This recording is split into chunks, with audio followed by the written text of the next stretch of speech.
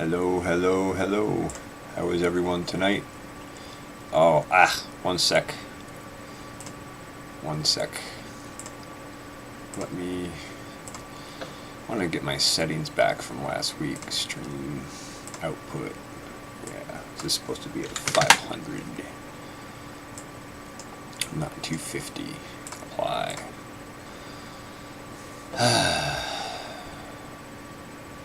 Okay.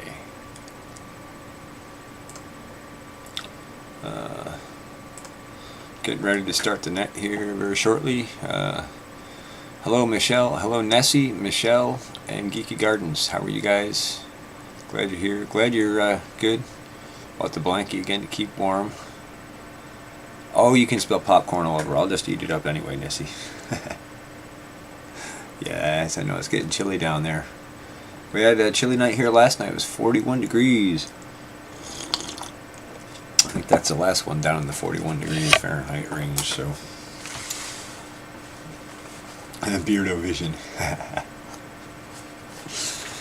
Alright, I'm going to go ahead and light this net off here as soon as I get my logbook set up. Everybody hear me okay? Chris, oh hey Chris. Eating Nessie's popcorn. Send some over here. I haven't had popcorn in eons. Alright, I think I'm going to turn this net on and rock and roll. Apologize if I'm not paying as much attention to chat during the net, but I think you all kind of know the deal. Loud and clear, that's good. Fantastic. Here we go. This is KD2IIN Net Control for the Sunday Night All Things Natural Net. The Sunday Night All Things Natural Net is a radio net dedicated to the amateur radio community and farming and gardening and a broader scope of things surrounding those topics. And oftentimes we end up doing discussions about bees, farming, gardening, soil, etc., etc. This net is sponsored by the Overlook Mountain Amateur Radio Club located in beautiful Ulster County, New York. If you want to find out more about our club, our nets, and our other functions, you can always visit our website at www.omarcclub.org. I'll give that in phonetics at the end of the net. Without further ado, I'm going to go ahead and look for check-ins here. Let's get started. This is KD2IIN Net Control for the Sunday Night All Things Natural Net. Looking for check-ins. Please call now.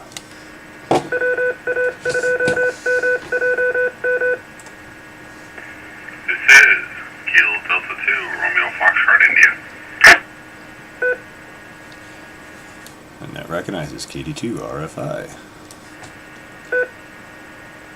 KC2 JQA.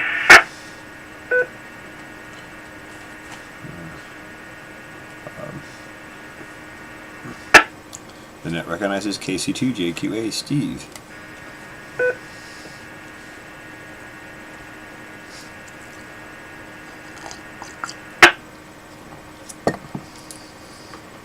Bueller. Anyone? Bueller. Alright, I don't hear any further check-ins yet, so I guess we'll just start with the short list for now. KD2 RFI, Bob, how are you tonight? Good evening, everyone. Doing well. It's been quite a busy weekend.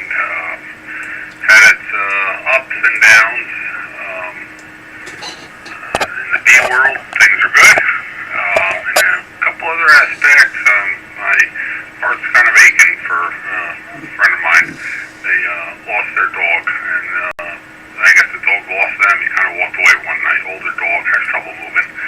And normally, it's just a sad story to hear, but this is a dog that I had taken in to my house for 2+ weeks in order to help rehabilitate as he was having some issues years ago, and it wound up being a terrific family pet, so it really saddens me to hear. So it's, like I said, it's the highs and lows. They've been searching nonstop for the dog for 2 days with no avail. The plus side of things is had family over last night. We did a little impromptu barbecue, and my property has been abuzz with bees, so that's definitely a plus. That's pretty much how it's been going. KD2 RFI, back to net. Alright, very good. Well, my heart is with you, Bob. I know how hard it is to lose a pet, a beloved pet. It's even worse when they walk off and you can't find them. One of my cats, back when I had cats, went missing for, actually he was gone for a month, and he ended up coming back later on, which I was super relieved about. Literally 30 days to the day. But man, put a lot of gray hairs on me, and days of worrying about them. And I've had other pets, walk off and never come back, and that's frustrating. And then even if they do pass in your presence, and you get to bury them and pay your respects, it's never easy. It's always hard. That's quite a heartache. So I share your pain in that, and I'm sorry for your loss and for your friend's loss. I'm glad that your honeybees are doing well, and I'm glad you got a good barbecue in, so that's awesome. Let's roll on down to KC2JQA, Steve. Good evening, this is KC2JQA. Bob, sorry to hear about your friend's dog. They do become very much like members of the family, so I can appreciate, the pain they're going through, and by extension, it sounds like you played a key role in this dog's life, as well as helping your friend get connected to them. Not much going on here this weekend. We spent some time walking around, getting lots and lots of fresh air, trying to enjoy the nice weather, and catching up on a lot of errands and paperwork closely. That's pretty much how our weekend has gone so far. Okay, well, that sounds like an overall decent weekend, but I'm sure you'd much rather be doing things other than paperwork and catching up on things. Yeah, it's been a crazy busy weekend for me too. Haven't really had a chance to chill out or relax at all. But such is life. When things are busy, you got to meet the demand of busyness. So I guess it is what it is. All right, we've had a few minutes here, so let's just see if there's any further stations before we carry on. This is KD2IIN Net Control for the Sunday Night All Things Natural Net. Looking for any further check-ins, please call now. This is K2JLV Mobile, checking in. Dave?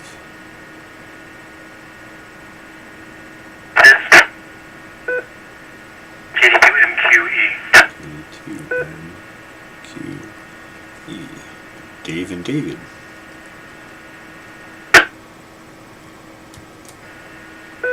Alright, fantastic. The net recognizes K2JLV Dave and KD2MQE David.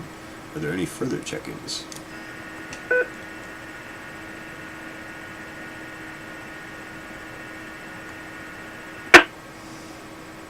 Alright, no further check-ins recognized at this time. We'll start off with Dave, K2JLV. How are you this evening? I know we chatted earlier, but hope things have gone well for you since.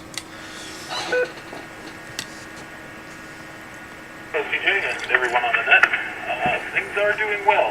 I spent a couple hours doing some more spindles down at my brother's, trying to get that job finished and out of here. I'm up to 55 out of 70, so I'm getting there. I'm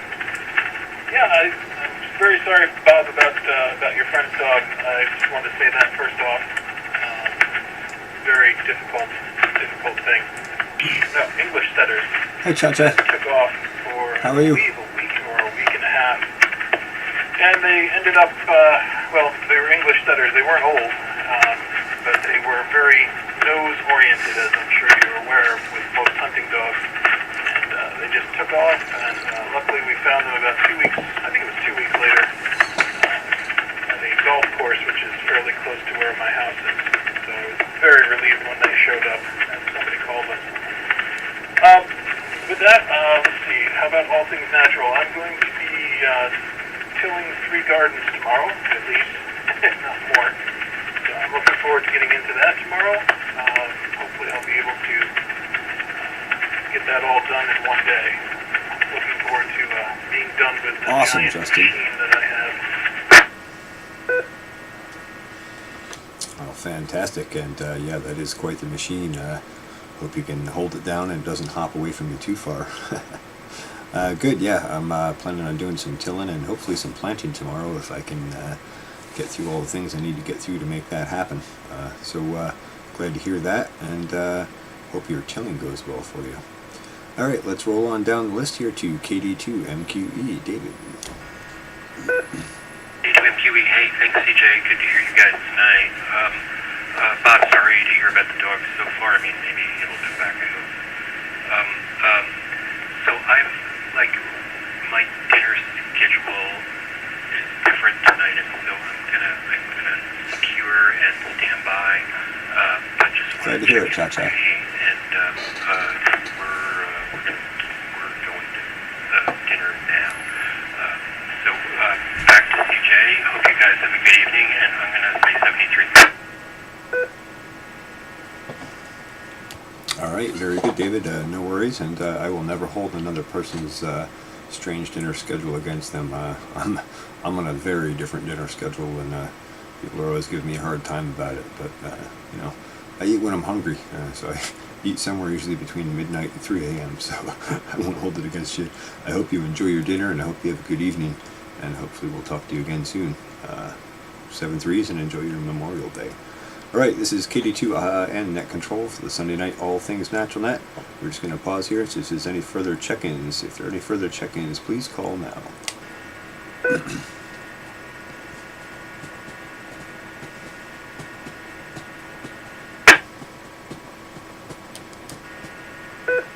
Alright, no further check-ins recognized at this time. We're going to roll back up to the top of the list. Bob, KD2 RFI. KD2 RFI, Bob up in Catskill. I appreciate it. Thank you for all the condolences and well wishes. I'm hoping it turns out all right. It's a long time, long history, long story, but they're very attached to it, obviously, yeah. I definitely know what it's like to have this family. Unfortunately, had to bury a few of them, and it's never easy. So I had to have one put down, and you just sit there on the floor with them when it happens. It's horrible. But anyway, again, on something more positive. No, it's been a great weekend for the bees. I had, I think to date, I want to say I've had 6 swarms. 2 landed too high. I could not get to.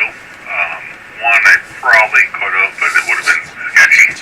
And the 3 of them I've captured, put in boxes, and then taken. And the 6th one is actually sitting in a tree right now. I did capture it. It's right at like eye level, perfect position, and I put it in a box, and they decided they didn't like the box, so they hopped back out right onto the branch. So we'll see what happens. Is he still there tomorrow after work? I'll give it another go around. Otherwise, I guess I'm introducing another colony into the wild. So we'll wait and see. I do have a empty top bar hive out there that I put a little the Swarm Commander lure into, and bees are definitely taking notice of it. So we'll see if I can pull a KD2IN trick and dump them in a box right next to my apiary and back to net.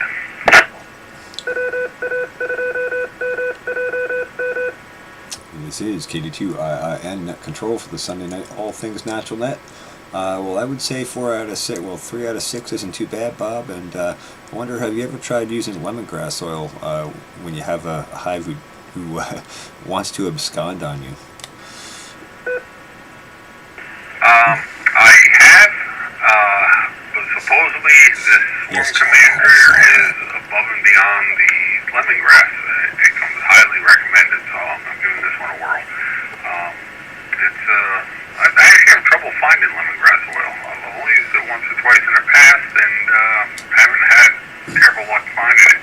But the Swarm Commander smells very much like it, and I guess it's engineered or mixed. Maybe it's just branding. Maybe that's what it is. I probably should actually read the label.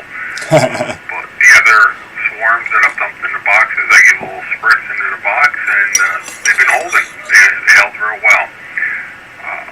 This last box I have to fill, or I guess the last 2 boxes I have available to fill, there's no drawn-out comb in it. The drawn-out comb that I do have in also has honey in it.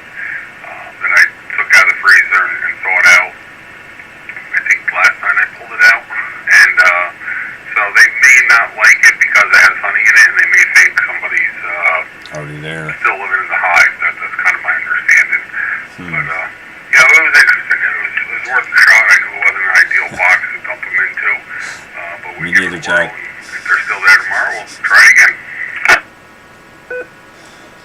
All right. Well, interesting. Yeah, I haven't never tried the lemongrass oil myself. Excuse me.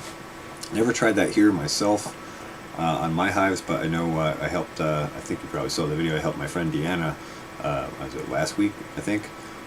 And she did put a little bit of lemongrass oil in there, and she claimed well, I've read all over the place that works, and she seems to have good success with it, I guess I should say. She did actually order me some. I had picked up some foliar feed nutrients for her, and she ordered me some lemongrass, so I have some here, and I'd be glad to share a little bit with you if you want. Yeah, I think Swarm Commander is that. I think it also has something else in it, but I don't know what, and I've never played with that. And I've seen mixed results on Swarm Commander. So far, all my success has been with using old honey boxes that have good old comb in them, lots of propolis, a bunch of drawn comb.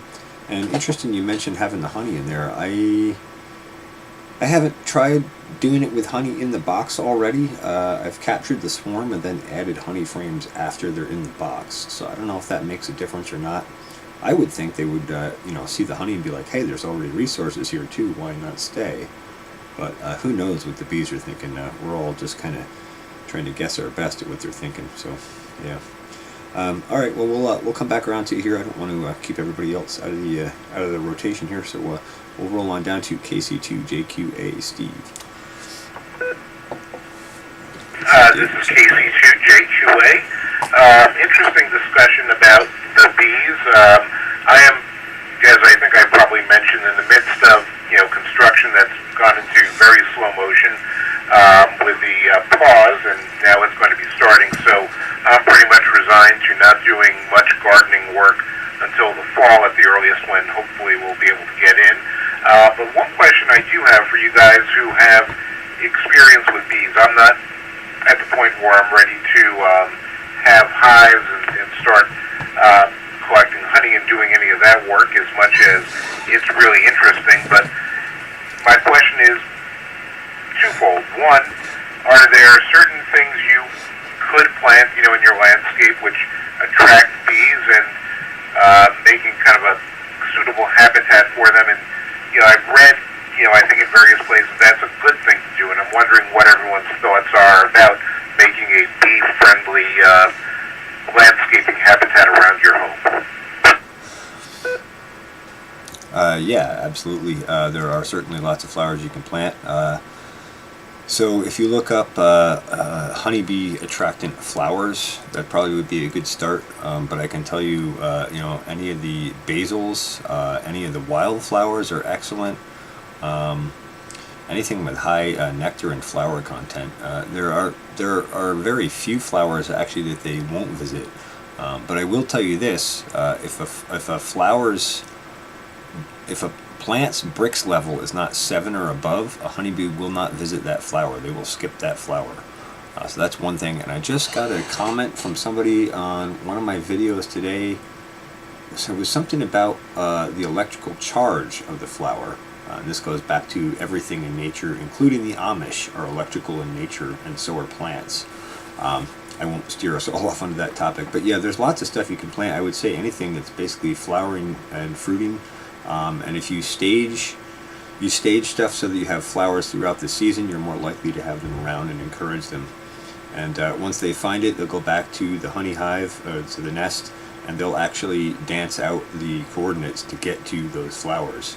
So I hope that helps you. I'm going to put it back to you so you can further your questions or whatever for the moment. So KC2JQA, back to you.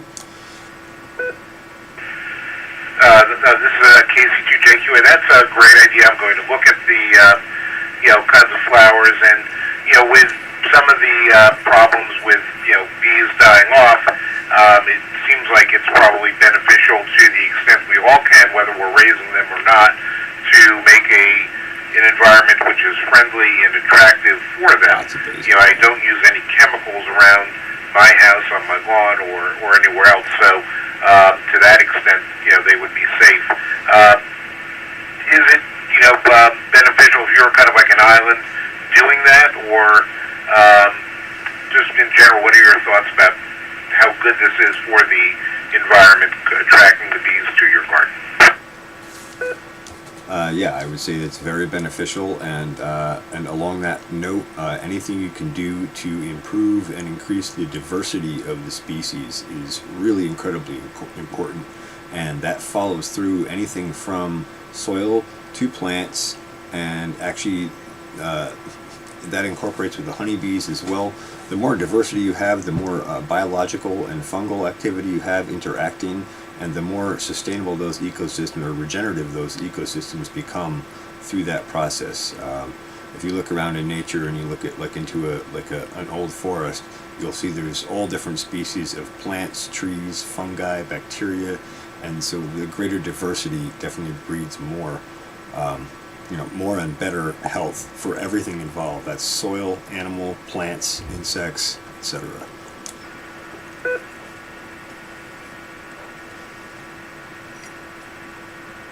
So that's a great idea. I'm looking actually right now at the Honeybee Conservancy. A lot of great ideas, and I'm going to study up on that while we go around the net. Thank you.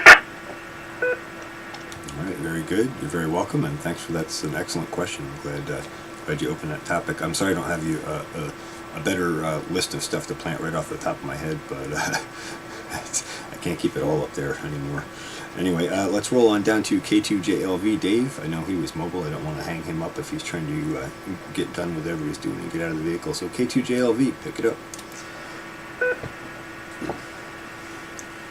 right, thank you, DJ. This is K2JLV. You touched on it very shortly. I guess my question for Steve would be, and I'm not an expert on bees by any manner,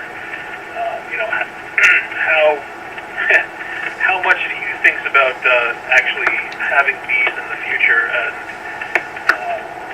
The reason I'm asking is you touched on this, but there's a thing to think about is to have a steady supply over the entire year of different plants that they can visit, although they'll go out and find whatever they want, but making it easy for them certainly makes it easy for them. I know they do like flowering trees, like crabapple. I would imagine lilacs are probably very popular as well, and they're both very nice ornamental plants you can put on a home site that won't annoy your neighbors. So with that, I'll turn it back to TJ. K2JLB, back to that.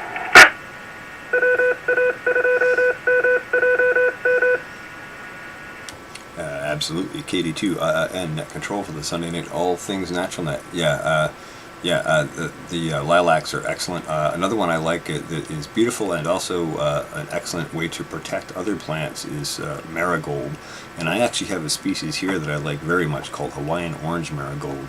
And they get about 3 to 4 feet tall, and they're just covered with these beautiful, brilliant orange flowers. And not only do they attract honeybees, but they attract butterflies, moths, hummingbird moths, bumblebees, and a whole bunch of others. There's a few videos on my channel about those if you wanted to see some of those pollinators coming in. There's nothing more exciting than seeing a whole diverse range of pollinators coming into your garden beds. So excellent comments there, Dave. All right, let's see. Let's see. David checked out, so we're going to take a pause here and do an opportunity for check-ins. This is KD2IIN Net Control for the Sunday Night All Things Natural Net, and we're looking for any further check-ins. Please call now.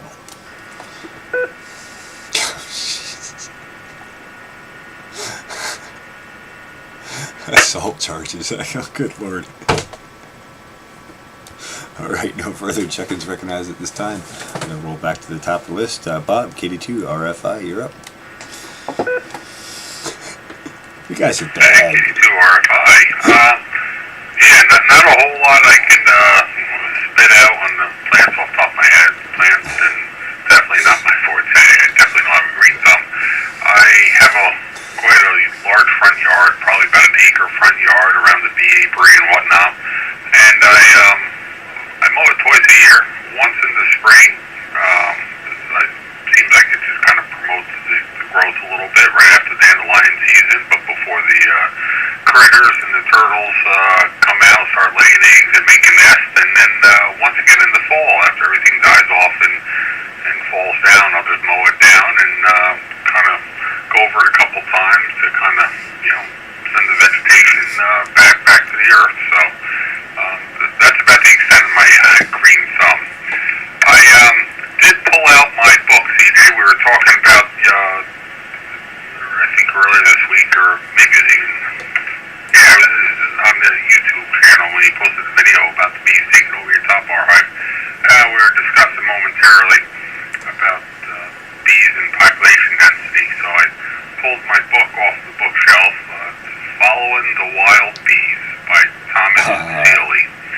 I know Tom Seeley and also Megan Denver from Hudson Valley Bee Supply assisted and with some input into the book as well. Oh, awesome. And he did a study up in the Arnold Forest. Let's see if I can spell it properly. It's Alpha Romeo November Oscar Tango, I believe it is, Forest, a state preserve here in New York somewhere. Okay. And I don't know exactly where. I'd have to look that up. He came up with approximately 2 to 3 wild colonies per square mile. And there have also been other studies done where there have been colony densities ranging from 0.3 to 20 or more colonies per square mile. So it definitely varies quite wildly. Wow. So, but again, normally they tend to space themselves out far enough so they're like not landed right next to the apiary, so which I found was pretty wild with your top bar hives. So I just figured I'd throw that out there, and if you ever get a chance to read the book or check it out, or if you want to borrow mine with a promise upon return, more than happy to loan it out. But it's an excellent book, some really good information in there, and it's focusing on hunting and how to find the wild colonies out there in the woods. KD2 or 5 back to net. This is KD2 Net Control for the Sunday Night All Things Natural Net. Well, that's excellent information, Bob. I actually wrote a few net notes here on that. That's very interesting about the variation in colonies per square mile. And actually, it's funny you mentioned that because Jeremy and I were just sitting out by the beehives yesterday, and we were talking about I guess he was watching a video on I don't know, it must be Thomas Seeley or maybe it was another guy about how he tracks wild bees and how he follows and hunts down their colonies so we can find them. And I found that fascinating. And I was saying I wish I had more time to actually do that, but I'm sure that's incredibly time consuming to do. I do want to take a stroll through the woods around here again if I ever get some spare time and see if I can find any wild colonies.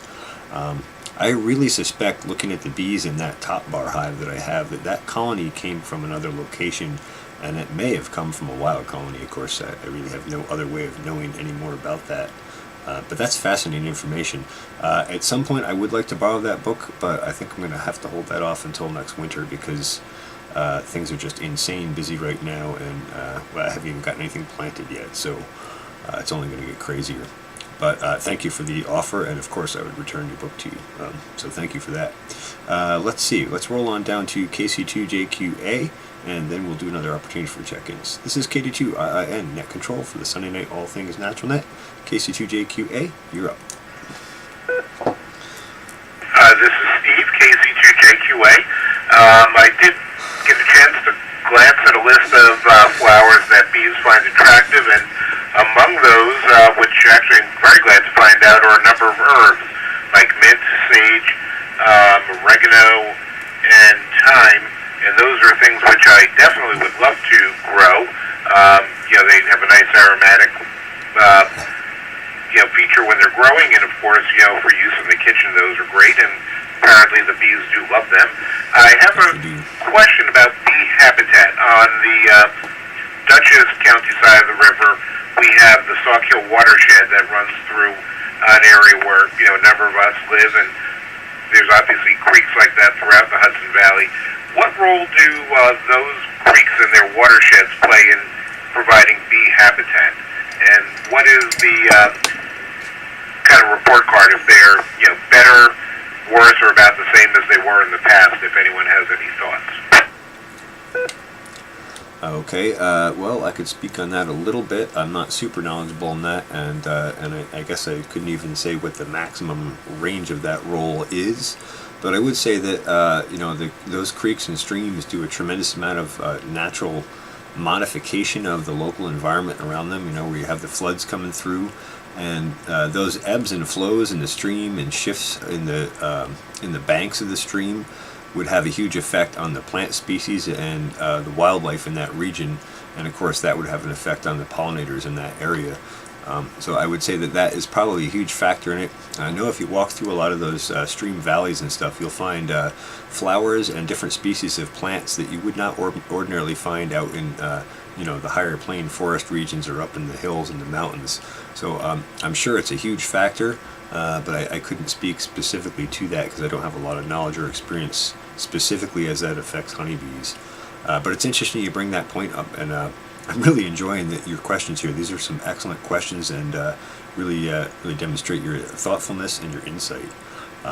So I'll put it back to you for a moment, and then well, we'll go from there. Thank you. I appreciate, you know, everyone on the net, and I've learned a tremendous amount from all of you. So it's been a great forum for exchange of ideas. You know, the reason I asked about the Sawkill is, you know, we're lucky that, you know, the watershed, at least, you know, on the Dutchess County side of, I think, the range where a lot of us live, you know, is in pretty good condition. The buffers are relatively intact. There's not tremendous development around it, so it's important to be able to preserve that and make sure we keep that. But was just wondering, you know, kind of what impact that just kind of came to mind as something that would be an interesting aspect to learn more about. Back to you. All right, and this is KD2IIN Net Control for the Sunday Night All Things Natural Net. Yeah, just one other point I wanted to make too. You mentioned that the herbs and herbs and I'm searching for the word, but I don't know. I'm my mind is a little on a million other things tonight. But yeah, the herbs are excellent for that, and I should also mention that the nectar and pollen collected from those medicinal herbs is super powerful as a healing tool if you have local raw organic honey. For example, here I grow all sorts of different stuff, and one of those is something called holy basil, which if you look up the medicinal effects of holy basil, there is a ridiculously wide range of medicinal benefits of that plant. And some of the honey that I got from last season had holy basil nectar and pollen in it. And actually I got a clip of some of my honeybees collecting that nectar and pollen, and their pollen sacs are bright red, which you very rarely see. Anyway, that honey has a flavor to it that is just like nothing I've ever tried before. So definitely has a huge effect. I want to roll on down here and make sure we don't keep Dave out of the loop here, so we're going to roll down to K2JLV, and then we'll do another opportunity for check-in. So K2JLV, Dave, pick it up. This is K2JLV. I do love you. Very interesting that Steve did bring up the guys are the just wetlands distracting me. and watersheds. As it was quite very good thing to bring up right out of the blue. The thing I was thinking as he was mentioning it was how you, CJ, were and I were discussing very early sources of resources for the bees. Very early spring. I can, Justin. We were speculating that they were probably getting into the marshlands and low-lying water-filled areas where the plants sort of come out quicker than they would where it's still dry and more cold. So, interesting point, and of course just adds to the diversity of the biosphere in that area. I would imagine that any watershed areas would probably just add to this point there as well regarding the population density. I would imagine it's also resource dependent quite a bit. Nature usually tends to find a balance. Anyway, back to that. K2JLB. Get this power down. Yeah, I completely agree with Dave. One sec here, the radio's getting a little warm, and I want to knock the power level down here, and I gotta find the button for that. So KD2, and just one sec.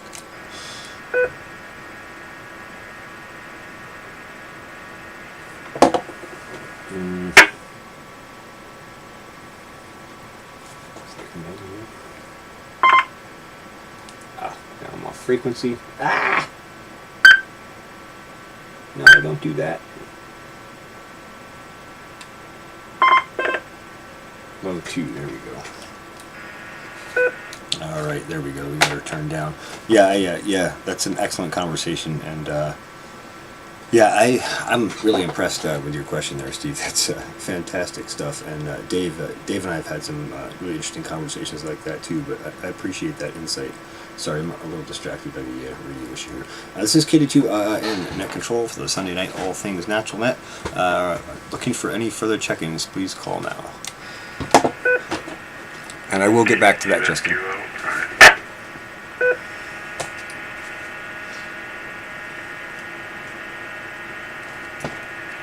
I believe that was KD2SQO.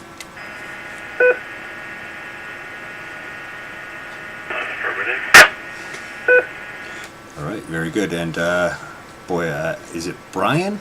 I'm horrible with names. I can remember call signs, but I'm horrible with names. You're officially not horrible today. Hey, that's not bad. Well, welcome to the Sunday Night All Things Natural Net, and we'll put it over to you. Go ahead. Okay, I'm gonna... Yeah, you do, Nessie. I guess kind of totally segue into something different. I do have a question. I am listening. But I do want to know, or at least pick your mind, about peppermint oil. Like, I grow peppermint, and I don't know how to go about making or extracting the oil from it. Yes, I can talk on that. Just one point I want to make here before we transition over to that. That's an excellent discussion also, so thank you for bringing that up. I had a question here in the live stream chat from Justin Goodearth out in California, and he was asking if I could ask about or speak on the effect of fungal life as it relates to the bees and other pollinators. And I don't know a tremendous amount about this, but I will say that honeybees do use mushrooms and fungal stuff, and I forget the specific species, but Paul Stamets gives an excellent talk on how honeybees improve their immunity by using certain fungal species and certain mushroom species. So there's that, and also from my understanding from his talk, they also affect how the fungal species react, or how they grow in the soil based on their pollination, and so that there's an interactive symbiotic effect going on there back and forth between the two. Let me drop for a second, and then I'll pick up your question about the peppermint or spearmint oil. Okay, so steam distillation is what's used, and you sort of need a special piece of equipment for it, and most of those pieces of equipment are quite expensive, but it can be done, and basically what you're doing is you're containing the plant material in the top of a container, much like a pressure cooker, and you're boiling the water underneath it, and the steam comes up and passes around it, and that liberates the essential oil, and then that comes over into a distillation chamber, and you collect that distillation, and you'll end up with the spearmint oil or whatever essential oil you're collecting on top, and something called I think it's called glycol on the bottom, which is sort of an interesting mix between the two. It's more like the plant sap. But there is a way to do it, and I've actually done that before. A friend of my mom's had a steam distillation unit that she loaned me for a while, but you will find that it takes a tremendous amount of plant material to do it. I think spearmint or peppermint actually is one of the ones that produces a little bit more oil than some of the others, but it's quite a process, but it's interesting and fun to do if you have interest in it. So I'll put it back to you, and then we'll go from there. This is KD2 Net Control for the Sunday Night All Things Natural Net. Sure, KD2SQO. Oregon, sorry, Justin. I like the idea that the spearmint is also doable. And I mean, there's been a couple of years where, peppermint unchecked, I had tons of it, and I probably could have got something out of it. And wanted to, but just, between time and just knowing, it was something I just had to put off on the back burner. But that's good news, and I think a steam distiller might even be something I can build, but Oh yeah. we'll see how that goes, and I guess I'll keep you updated. All right, very good. Yeah, it's definitely something you could build. You might even be able to use a pressure cooker and make a basket that suspends your plant material over and above the water, and then all you need is a way to come over and distill down. But it's a simple in concept process and a little bit more complicated in actual practice, I found. I actually want to build a huge steam distiller unit eventually, but it's quite an expensive process. I'm very much a purist as far as building those sort of things. I would want to build it all out of stainless steel, and so that can be quite an expensive project. Anyway, let's just do one more pause here and see if there's any further check-ins, and then we'll run back up through the rotation. This is KD2IIN Net Control for the Sunday Night All Things Natural Net. If there are any further check-ins, please call now.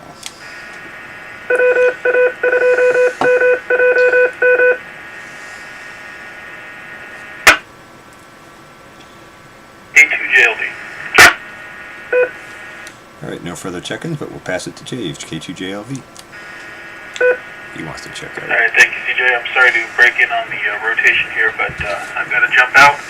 But very interesting discussion tonight, and I wanted to say thank you very much for running the net every week. Unfortunately, I can't always be here, but it's nice to hear some astute questions and some good information going around. With that, I will say 7-3 to all on net, and this is K2JLD, and I'll be clear. Alright, very good. Well, thanks for joining the net, Dave. I appreciate you taking some time to join us, and I totally understand you can't make it every week, and wish I could make the Thursday night net every week as well. So thanks for joining us, and I'll sign you out as secured from the net, and I hope you have a great evening, and we'll catch up with you soon. Alright, that said, we're going to roll back to the top of the list at KD2 RFI. Bob. K2 RFI. Not a whole lot more to add tonight. It was a good discussion, a lot of good information. It actually got me really thinking about the watershed and water tables, how they're affecting the bees. And I don't know. I guess it's really looking back upon and thinking about it. It really depends on the amount of water availability, which directly impacts the foliage and the flowers, as far as how much nectar and pollen they put out. Yeah, for sure. Like last year was an excellent year.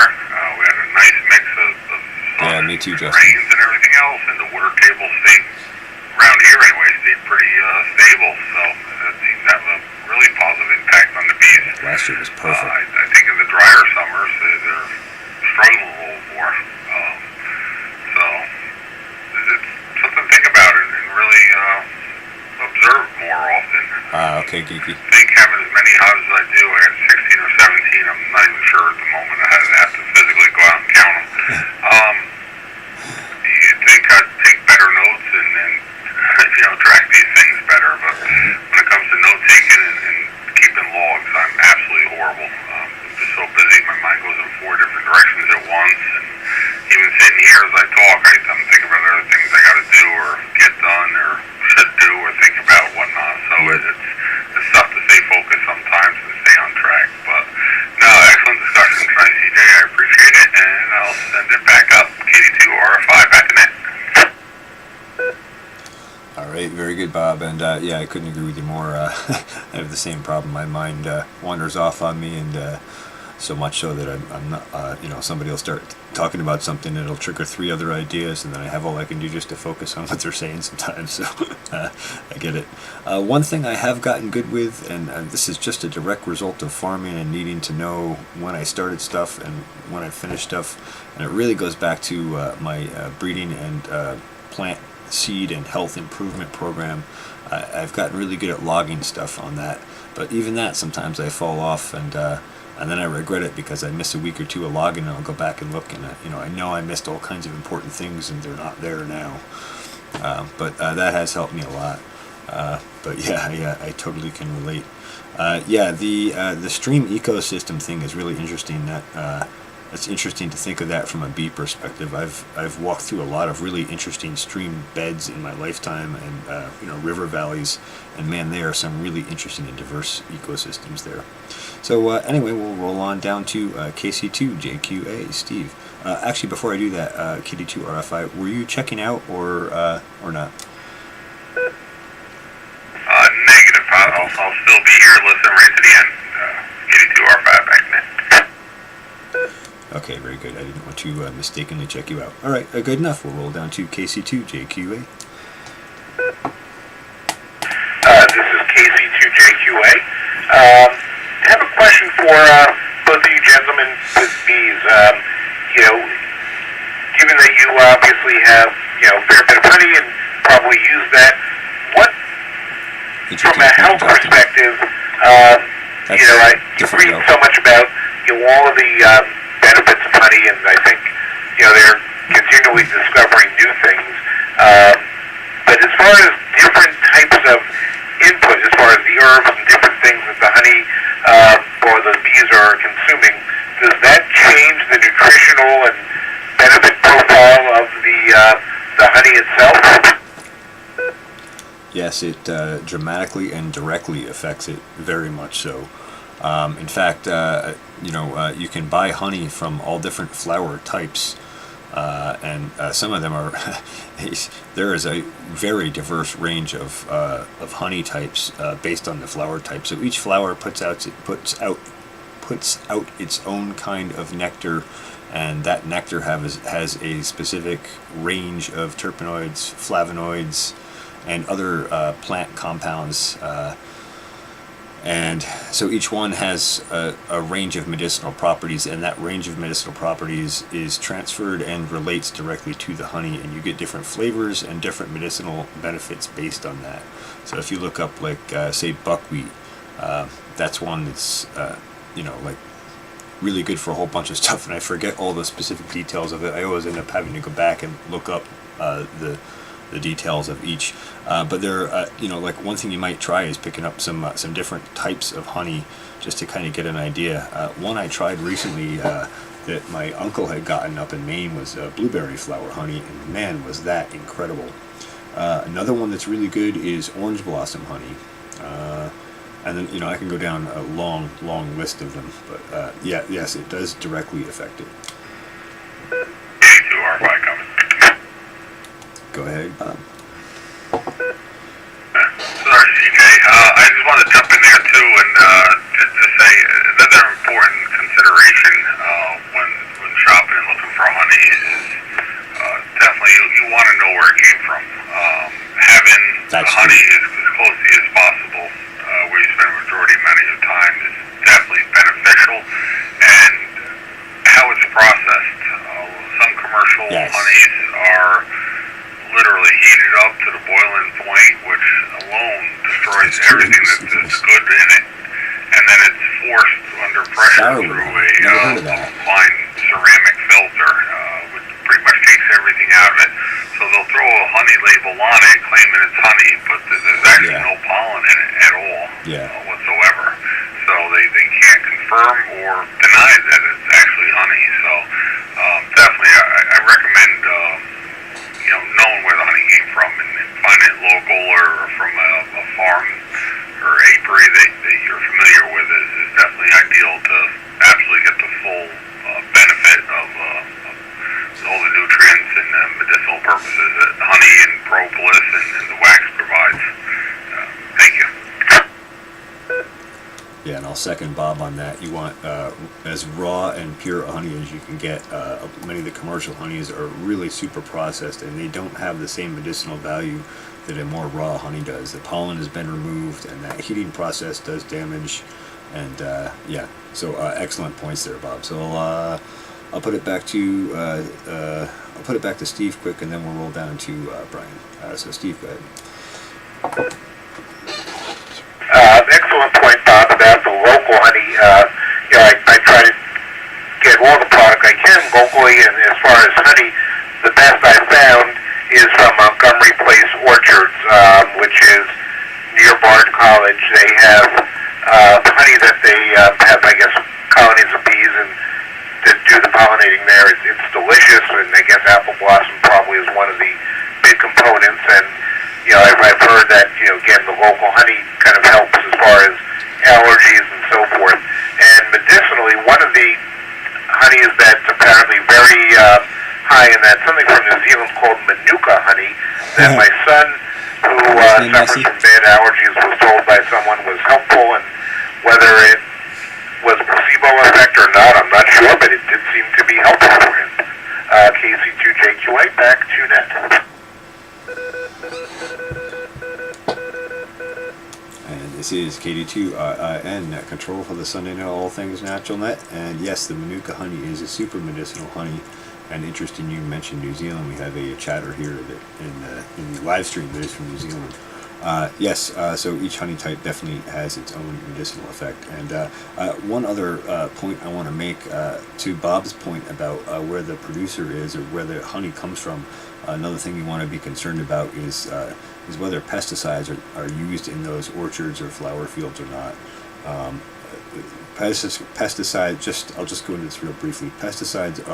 Most pesticides are endocrine disruptors, and so they have the ability to disrupt and disturb the hormonal system in plants, animals, and humans, and so that can be a very negative effect on something that would otherwise be a positive effect.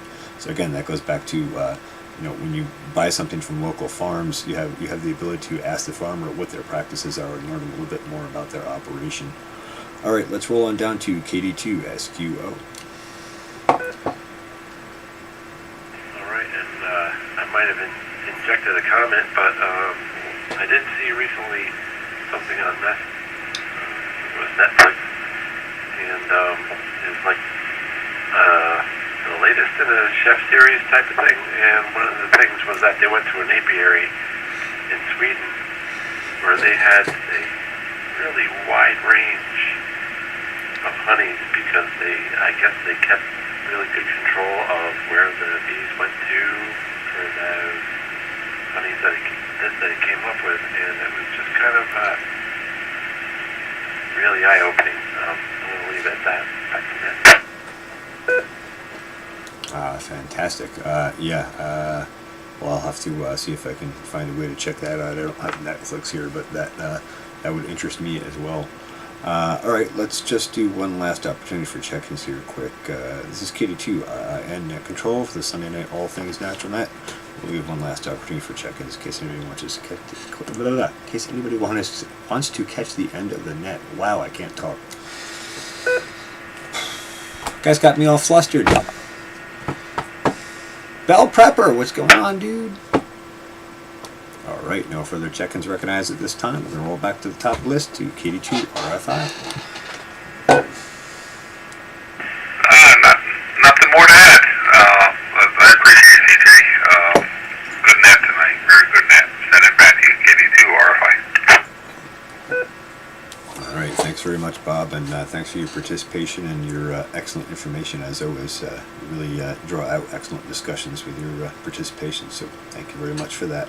Alright, we'll roll on back down to KC2JQA.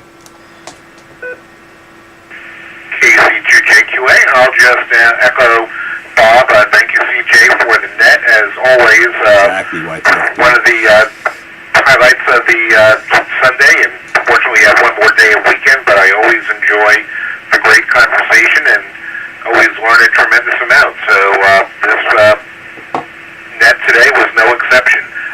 And gave me some great ideas and some inspiration for my future gardening activities. And who knows, one day I may be asking you gentlemen for some information about raising bees myself. KC2JQA, back to net. All right, very good. Well, thanks for joining, Steve, and I appreciate your insight and your wonderful questions there, and really helped draw out a nice discussion as well, so thank you for that. And we'll just roll on down to Brian. Do you have any final comments for the net? KD2SQO. Okay, great net as usual, great, and appreciate. A lot of times I'm listening more than checking in even sometimes.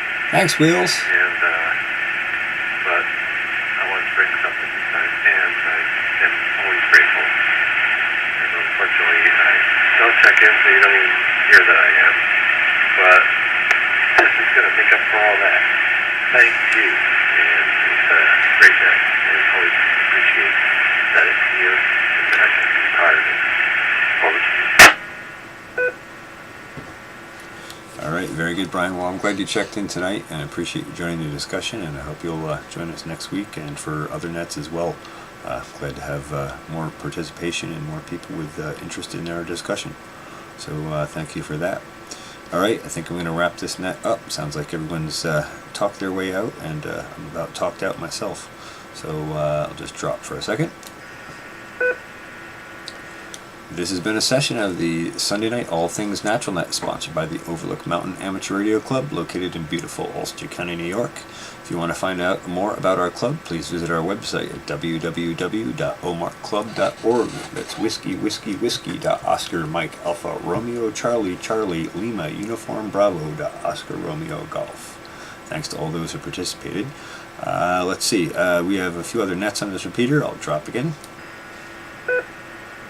Thursday nights at 8 p.m. is the Thursday night net run by Dave, K2JLV. That's a more amateur radio and technical discussion. That is an excellent discussion. It often has quite a few participants, and we have lots of people with a wide knowledge base on this repeater, so I encourage you to check that net out as well. And let's see, in the mornings there's an informal net at 8:35. That's just sort of an informal check-in net that's run by Paul, AC2QV. And then at 6:30 p.m. we have rotating net controls for the OMARC Daily Check-In Net, which is sort of just a local quick check-in sort of net. Alright, that's it. Thanks for everybody who participated. This is KD2IIN saying 7-3, inviting you to join us again next week. This net is officially closed, and its frequency is back under regular amateur use. KD2IIN is cleared before his radio burst into flames.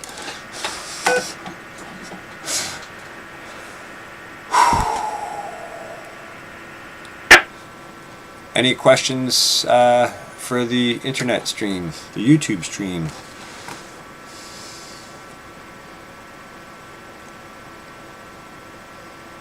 I'm going to kill that radio and let it cool off.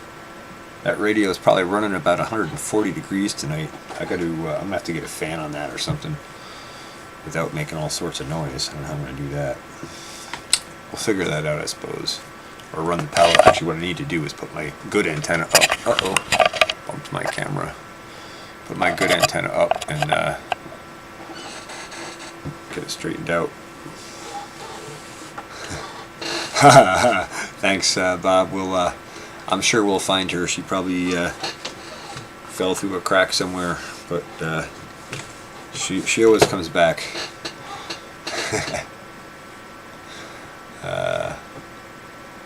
Yeah, so thank you for everyone who came in. Greatly appreciate it. And I'm going to go ahead and close this stream out shortly, but before I do, I want to say I'm headed over to the Paranormal Portal. That's run by Brent Thomas, and Brent investigates or discusses all sorts of paranormal things. If you have any interest in that subject, I highly recommend you come check it out. I wonder if maybe one of our YouTube users could drop a link to the Paranormal Portal. If tonight's live stream is up, maybe you can drop the link directly to that. Anyway, hope you'll come over and join us there. If not, thanks for watching. I hope you all have a great evening. CPU fan, yeah, I know, but the problem is it starts making noise, and then people complain that I'm getting noise on my microphone, and you know how this goes, Kiki. Anyway, yeah, that's a thought. I really just have to get a good antenna up so the SWR isn't so high, we're not putting so much power back into the antenna, and that's what heats the radio up. Anyway, thank you everyone for joining. Thanks for watching. I appreciate your discussion and participation. And we'll see you at the next live stream. I expect I'll be doing a live stream Thursday night again. Thank you, Geeky, for dropping the link. Much appreciated. All right, everyone have a great evening. Thanks for watching the Pharmacy Seeds Network.